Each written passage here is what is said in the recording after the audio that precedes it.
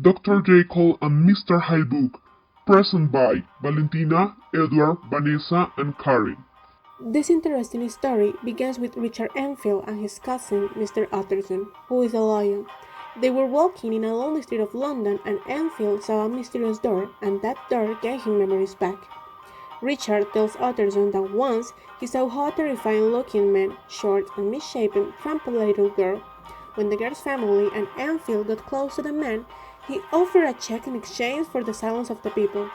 Richard saw when the man crossed the door and then came back with the check. It was signed by someone called Jekyll. Utterson was very impressed because he knows who Dr. Jekyll is. Utterson asks his cousin if he knows the name of the mysterious man, and he says that his name is Mr. Hyde. Utterson, who was very stunned, started looking at his files, and he found that the Dr. Jekyll left his inheritance to Mr. Hyde. Utterson don't understand why a doctor as Jekyll will give all his belongings to someone as Mr. Hyde. Therefore, Utterson goes back to the lonely street. He wants answers. Utterson finds Mr. Hyde, but he couldn't get so much information, so he thinks that Mr. Hyde is blackmailing Dr. Jekyll. That's the only reasonable reason why Jekyll is giving all his interest to Mr. Hyde.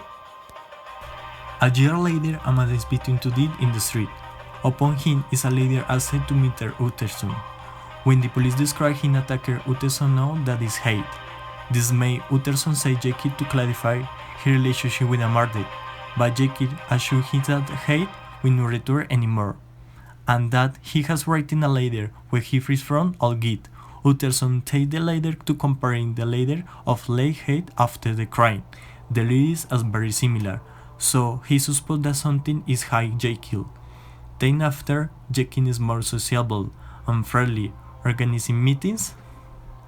Hyde is still missing and one of the Emerson Jenkins. Utterson meets a mutual friend of both, Dr. Lennon, but days later Dr. Genio doesn't want to hear again from Jekyll, and for days, Utterson doesn't understand what happened between the two doctors. And Lennon this before telling him something, just last hand envelope and with indication. That happened before to death and disappearance of Henry Jekyll. A week later, Jekyll's brother, Mr. Poole, he approaches Utterson to tell the housemaster is looking in the room. And then he only communicates with him, asks for mystery ingredients, urges go to the Jekyll house and to find out what's going on. He tries to communicate with him but doesn't know when to open the door for him. He has a strange voice. Author supposes the one behind the door not Jekyll but Hyde. Determined to learn the truth, Utterson and Bury watch a plan or tells him and break the door. Surprised to find Hyde bathed most to the corpus in a later dresses to Jekyll, where he has with open Lennon's later and them.